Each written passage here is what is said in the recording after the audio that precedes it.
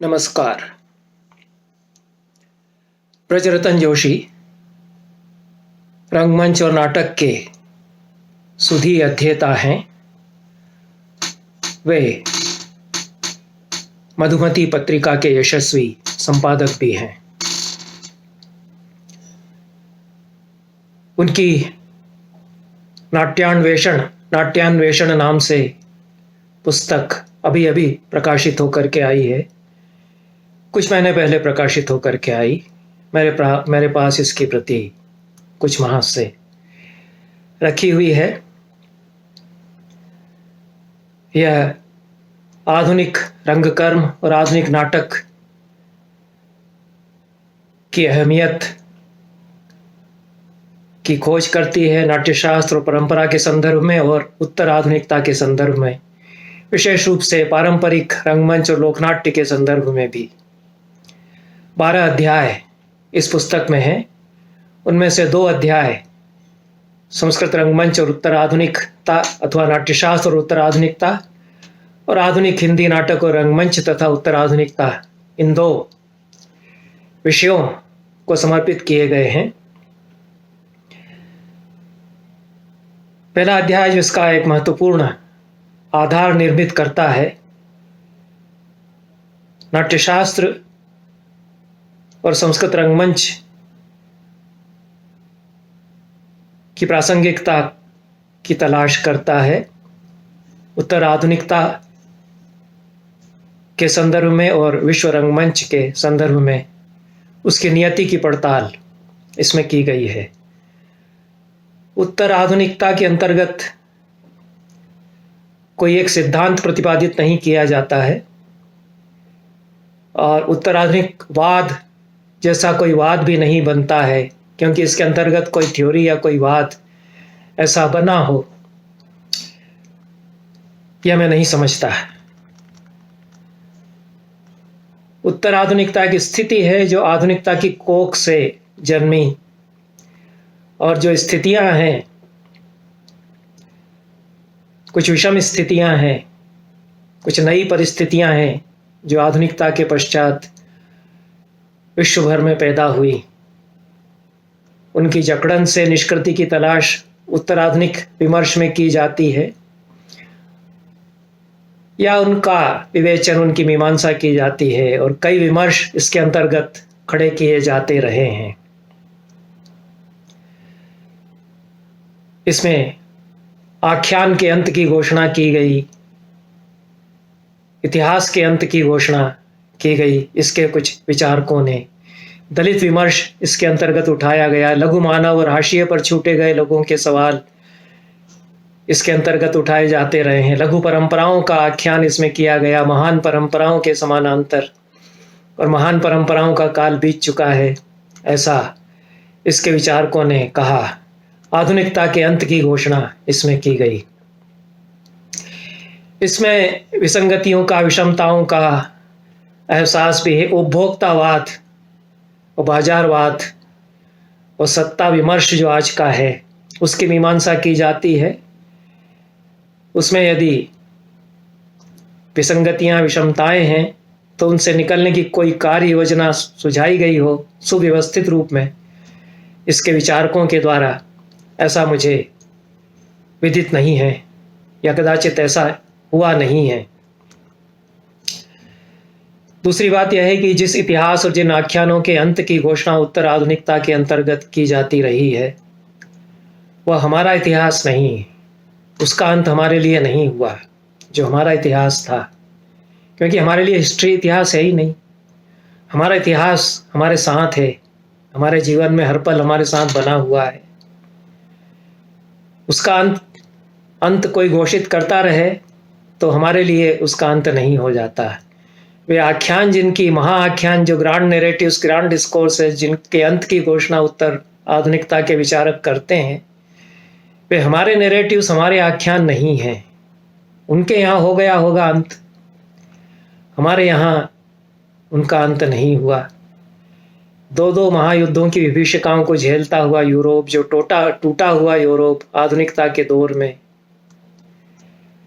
उसकी सड़ांध से उपजी हुई जो कुछ पोध है वह उत्तर आधुनिकता है। उससे उभरते हुए यूरोप की यह समस्या हो सकती है, पश्चिम की समस्या ज़्यादा हो सकती है। लेकिन होता यह है कि जो यूरोप में विमर्श है वो सत्ता उनके पास है, इसलिए वो हमारे ऊपर थोपा जाता है। दूसरी बात यह भी है कि विश्व भर में जो हो रहा है उससे हम आंख मूंद करके भी नहीं रह सकते। वो हमारे दरवाजे पर दस्तक देता है, घुसपैठ करता है।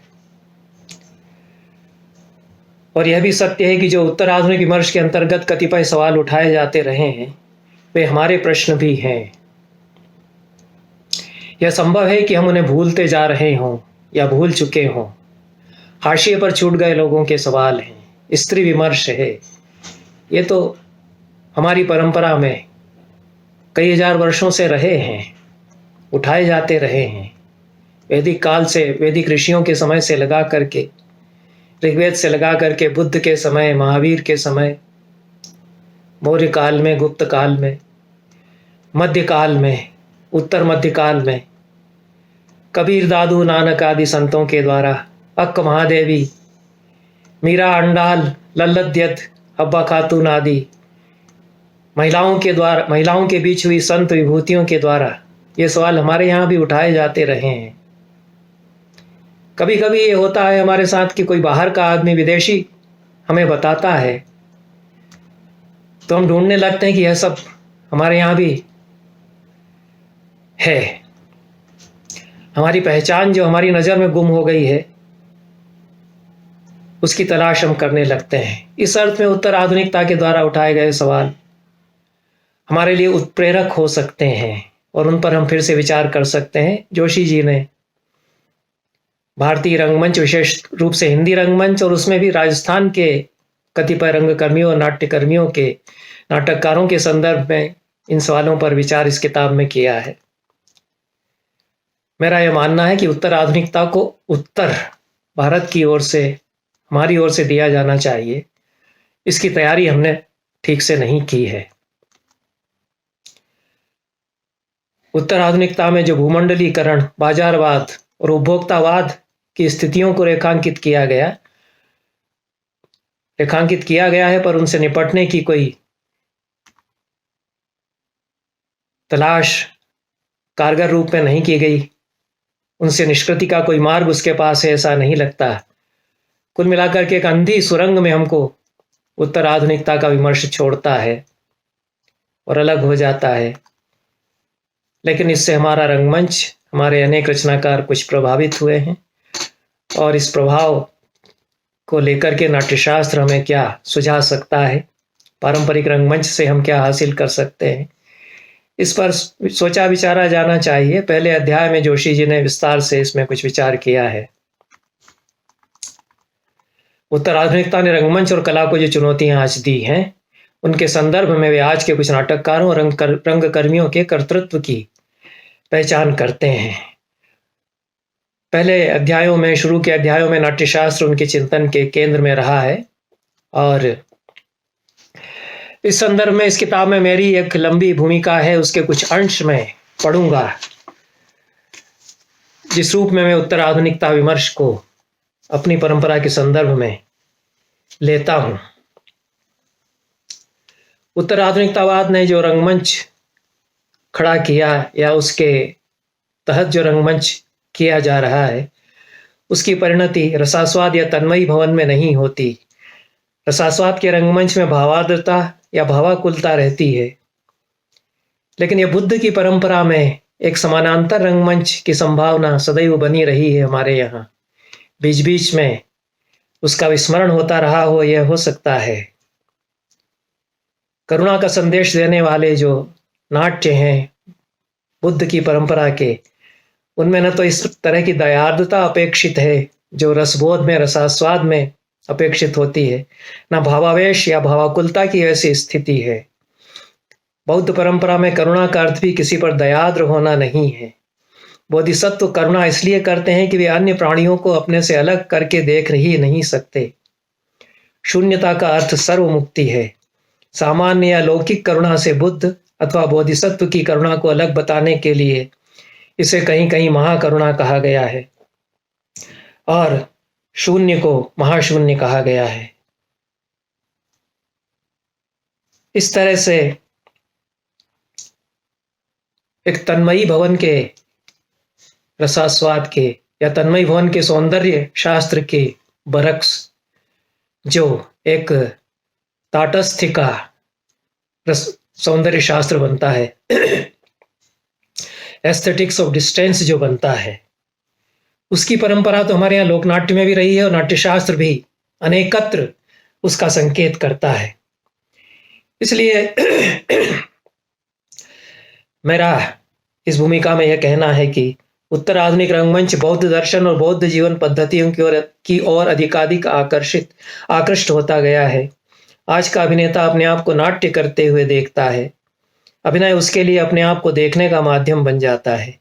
जीवन में भी हम अभिनय करते हैं, मंच पर भी अभिनय करते हैं। पारंपरिक रंगमंचों में जीवनगत नाट्य और मंचगत नाट्य में विभेद बनाकर रखा गया था। बौद्ध धर्म की जैन परंपरा से प्रभावित रंगमंच ने इस विभेद की रेखा को मिटा दिया।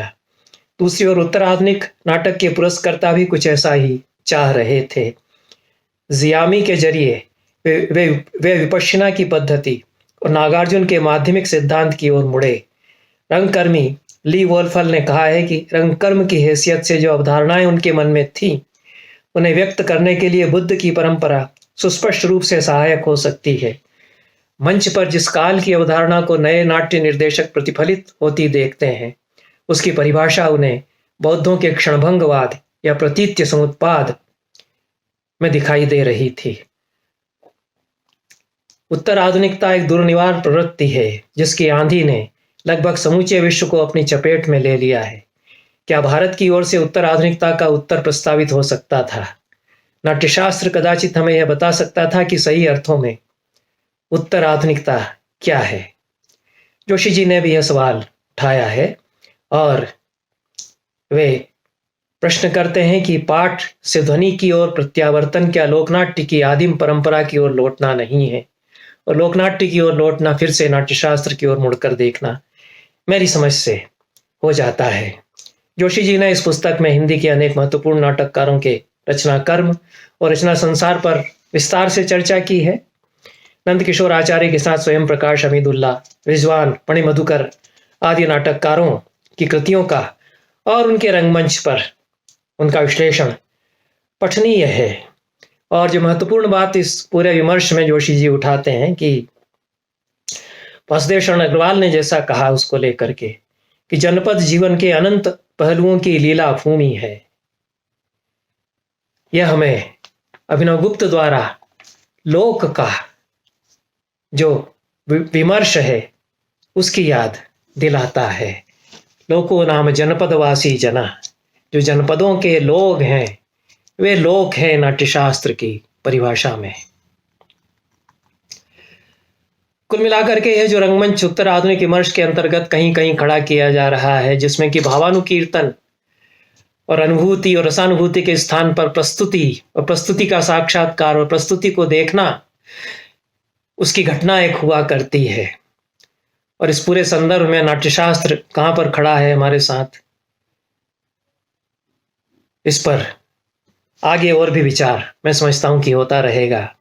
जोशी जी के काम की खूबी यह है कि उन्होंने अनेक उत्तर आधुनिक विचारकों को पढ़ा और गुना है। फ्रेडरिक जेमेसन जो उत्तर आधुनिक स्थितियों को वृद्ध पूंजीवाद के द्वारा विनिर्मित स्थितियां कहते हैं, टेरी ईगल्टन जो इन नई स्थितियों का सामना करने की बात करते हैं, और चेकिन, विल्सन, शेखनर, फोरमैन, इन चार रंगकर्मियों के रंगकर्म और रंग दृष्टि की चर्चा करते हुए ब्रजरतन जोशी उत्तर आधुनिक रंगमंच को भाषा और शब्द के त्याग के साथ ध्वनियों में पर्यवसित होता हुआ दिखाते हैं।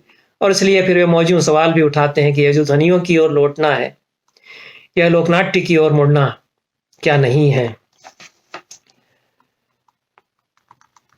उत्तर आधुनिकता ने जिन पद्धतियों को ईजाद किया है उनमें से एक महत्वपूर्ण पद्धति विखंडन की, डिकंस्ट्रक्शन की कही गई।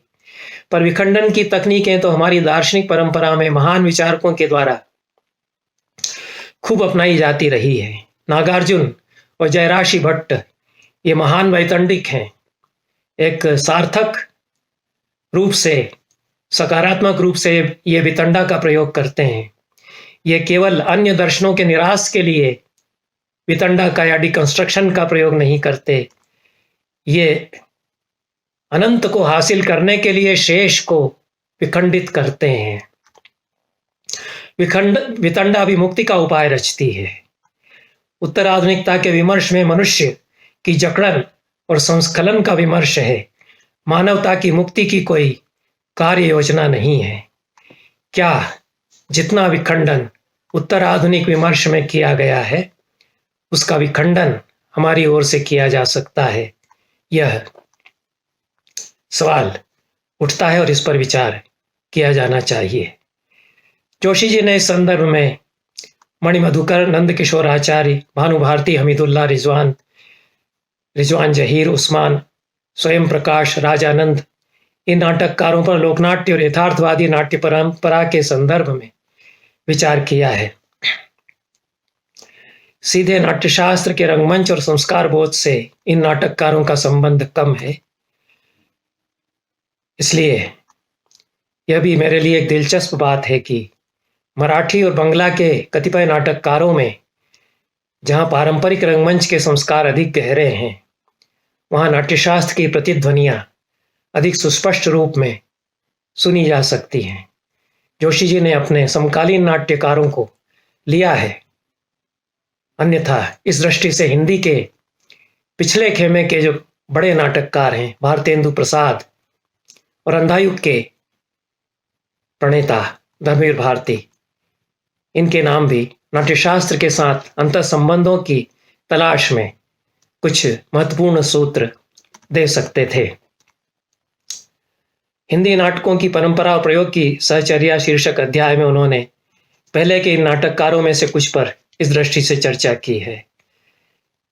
लेकिन इस पुस्तक के उत्तरार्ध में विशेष रूप से नंदकिशोर आचार्य केंद्र में आ जाते हैं। उनके नाटकों पर मुकम्मल विवेचन किया गया है। उनसे लिया हुआ साक्षात्कार बहुत मननीय है। आचार्य ने नाटक की अपनी रचना प्रक्रिया, अपने रंगकर्म और रंगमंच तथा नाट्य निर्देशकों से उनके संबंधों पर और लोकनाट्य से अपनी कृतियों के संबंधों पर बहुत सुलझे हुए ढंग से बातें इस किताब में, जो साक्षात्कार उनके हैं, उसमें की है। वे लोकनाट्य के तत्वों को जिस तरह अपने नाटकों में उतारते हैं, उस पर उन्होंने बात की है। जहां पात्र सूत्रधार बन जाते हैं, उनके अनेक नाटकों में यह होता है कि पात्र कई दर्शकों से कुछ कहते हुए लगते हैं। यह भवभूति के नाटकों में भी पढ़ते हुए मुझे लगता है कि उनके पात्र दर्शकों को सीधे संबोधित कर रहे हैं। ये संस्कृत के नाटककारों में होता है, अनेक पारंपरिक लोकनाट्यों में तो होता ही है। नाट्यशास्त्र में अभिनय की अनेक ऐसी कोटियां हैं जिनमें पात्र प्रेक्षकों से संवाद करते हुए नाटक की दिशाएं तय करने लगते हैं। वे नाटक के सूत्र अपने हाथ में ले लेते हैं। नाट्यशास्त्र तो स्वयं ही ऐसी पारिभाषिक कोटियां बताता है। नाट्यायित में तो पात्र जो है वह अभिनेता के रूप में आकर के कुछ गीत गाता है, दर्शकों को संबोधित करता है। इसकी वाचिक अभिनय की कोटियों के अंतर्गत उन्होंने नाट्यायित पर तो विस्तार से प्रकाश डाला है, भरत मुनि ने और अभिनव गुप्त ने। तो यह होता है कि कहीं कहीं पात्र, प्रेक्षक और अभिनेता एक दूसरे में गट्टमड्ड हो जाते हैं। भास और भवभूति जैसे नाटककार अपने नाटकों के पात्रों को अपना प्रवक्ता बना लेते हैं। यह सब विचारणीय बातें हैं, लेकिन आचार्य जी ने, नंदकिशोर आचार्य ने भाषा को लेकर बहुत महत्वपूर्ण सूत्र अपनी चर्चा में जोशी जी के साथ जो उनका साक्षात्कार है उसमें दिए हैं। नाटक के लिए भाषा खोजी नहीं जाती, वह नाटक के साथ खुद ब खुद चली आती है। रंग भाषा की खोज एक तरह का जुमला है जिसको हिंदी रंगमंच में बहुत उछाला जाता रहा है। जोशी जी ने उत्तर आधुनिकता में भाषा विमर्श को लेकर जो बात पुस्तक के आरंभ में उठाई है, आचार्य के साथ हुई चर्चा उसे सही परिप्रेक्ष्य देती है। एक कमी इस किताब में जरूर मैं समझता हूं कि रह गई है। वो शायद इसलिए है कि कुछ पहले के साक्षात्कार इस किताब में शामिल किए गए हैं, या कुछ पहले छपे हुए निबंध इस किताब में शामिल किए गए हैं। जो हाल का नाटक है, बहुत हाल का भी नहीं है आचार्य का, उस पर इस किताब में चर्चा नहीं हो पाई है उस तरह से। नंदकिशोर आचार्य का बापू नाटक नटरंग पत्रिका में 2006 में छपा था। मेरी समझ से यह हिंदी का एक महत्वपूर्ण नाटक है, अपने ढंग का एक दुर्लभ नाटक है। इस नाटक में आचार्य गांधी जी के भीतर झांकने की कोशिश करते हैं और उनके अंतिम दिनों में उनकी गहरी पीड़ा का बोध, उसको वे रचते हैं। अपने लोगों के द्वारा अपनी ओर से गांधी से संवाद तोड़ लेना और उनसे मुंह मोड़ लेना, इससे उपजी हुई जो अंतर्वेदना है, उसकी गहरी और तल्ख अभिव्यक्ति इस नाटक में गांधी जी के आत्मालाप में उनके मोनोलॉग के द्वारा आचार्य कराते हैं। पूरा नाटक ही मोनोलॉग या एकालाप की शैली में लिखा गया है। इसी शैली में संस्कृत की रूपक परंपरा में भाण रचे जाते रहे हैं, लेकिन भाण का रंगमंच एकदम अलग है। ये जो बापू नाटक है वह तो भाण के रंगमंच के हिसाब से नहीं खेला जा सकता। भाण का नायक विट अपने चुलबुलेपन, हंसोड़ और बेफिक्र मजाकिया लहजे में और अपनी पूरी प्रत्युत्पन्न मति के साथ, हाजिर जवाबी के साथ जो रंगमंच पर संसार रच देता है, आकाश भाषित की तकनीक का उपयोग करते हुए वो आसपास के सारे माहौल को, मोहल्ले को, शहर को, बाजार को खड़ा कर देता है, आते जाते पात्रों को खड़ा कर देता है, जबकि वे पात्र अदृश्य हैं। वो उनसे संवाद करता है, क्या तुम ऐसा कह रहे हो, कह करके उस पात्र की उक्ति को वह दोहराता है। तो कई पात्रों का अभिनय वो खुद करता रहता है। यह तो हमारे अनेक नाट्य प्रकारों में होता है, लेकिन भाण ने उसको एक अलग तरह का पूरा रंगमंच अपना खड़ा करने के लिए भाण रूपक के अंतर्गत इस शैली का उपयोग किया गया। और यह संस्कृत नाट्य परंपरा, नाट्य शास्त्र की ही विश्व रंगमंच को बड़ी देन मानी जानी चाहिए कि आकाश भाषित की तकनीक, इस तरह की बहुत सारी तकनीकें हैं जो गहरे रंग विमर्श के द्वारा, शताब्दियों के रंग विमर्श के द्वारा बनी थी, भरत मुनि देते हैं। तो ये निरंतर प्रयोग आकाश भाषित की तकनीक का और अदृश्य पात्रों को उपस्थित करा देना रंगमंच पर, उससे एक अनोखा रंगमंच भाण का बनता है। उस तरह का रंगमंच बापू में नहीं बन सकता, क्योंकि यह बहुत गहरा, पीड़ाजनक, वेदना की अभिव्यक्ति परक आत्मालाप गांधी का है। इसे प्रस्तुत करना भी एक चुनौती है। दिल्ली में कमानी ऑडिटोरियम में मैंने इसका एक प्रयोग कुछ साल पहले देखा था, शायद 2012-13 के आसपास। निदेशक ने मूल नाटक को लगभग यथावत एक पात्र के मुख से उसका पाठ करा दिया है। एक ही पात्र है, पूरा नाटक वह अच्छा याद कर लिया है और अच्छा मांच देता है। 2-4 बार अपनी पोजीशन बदलता है और पूरा नाटक इस तरह से चलता है। बहुत धैर्य के साथ यह देखा गया, क्योंकि हाल में साहित्य प्रेमी जन अधिक थे, बुद्धिजीवी अधिक थे, अच्छी उपस्थिति थी। यह निदेशक की ओर से न्यूनतम हस्तक्षेप और बिना अपनी ओर से कोई अन्य उपपाठ जोड़े हुए की गई प्रस्तुति थी। आचार्य जी स्वयं जोशी जी को दिए हुए अपने लंबे साक्षात्कार में स्वीकार करते हैं कि उन्हें जो निदेशक मिले, उन्होंने उनके नाटकों की, अपनी प्रस्तुतियों में, नाटकों के पाठ में दखलंदाजी ज्यादा नहीं की। और उनके नाटक यह मांग भी करते हैं कि पाठ केंद्रित प्रस्तुति उनकी हो, चाहे वह देहांतर हो या अन्य नाटक हो। इस दृष्टि से भरत मुनि जो भारती को सबसे पहले स्थान देते हैं, वाक केंद्रित पूरी परंपरा है। वाक को, शब्द को यदि आप स्थापित कर देंगे एक्रोबेटिक्स के द्वारा, तो आप यह दावा कर सकते हैं कि रंगमंच की एक भाषा आपने खड़ी कर ली है और आपको लेखक की आवश्यकता उतनी अब नहीं रह गई है। फिर भी शब्द की अहमियत बराबर बनी रहेगी और ऐसे नाटक बराबर आते रहेंगे और उनकी खोज भी होती रहेगी, जिनमें भारतीय वृत्ति है। मुद्रा राक्षस चाहे हो, कैसे उसको खेला जा सकता है बिना राक्षस और चाणक्य के परम ओजस्वी और अद्भुत संवादों को कहे बिना। उनको तो, उसके संवाद को तो वैसा ही कहने से रंगमंच खड़ा होता जाता है। भाषा की ताकत, उसको स्वीकार, शब्द की शक्ति को स्वीकार यदि नहीं किया गया तो चाहे जितना उत्तर आधुनिकता उठापटक करती रहे, वह बहुत दूर तक ले जाने वाला नहीं है।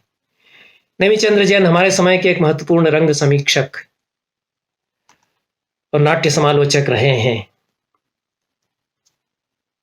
महत्वपूर्ण विमर्श उनका रहा है समकालीन रंगमंच को लेकर के और पारंपरिक रंगमंच को लेकर के भी। वे अक्सर यह शिकायत करते रहते थे कि हिंदी में नाटक और रंगमंच की समीक्षाएं अच्छी नहीं आ रही हैं और इस क्षेत्र में अच्छे समीक्षकों का टोटा है। ब्रजरतन जोशी पिछले लगभग 30 वर्षों से नाटक और रंगमंच के क्षेत्र में अध्ययन और लेखन करते आ रहे हैं और उनमें एक यह संभावना बनती है कि वे नेमी जी की शिकायत का समाधान दे सकेंगे। धन्यवाद।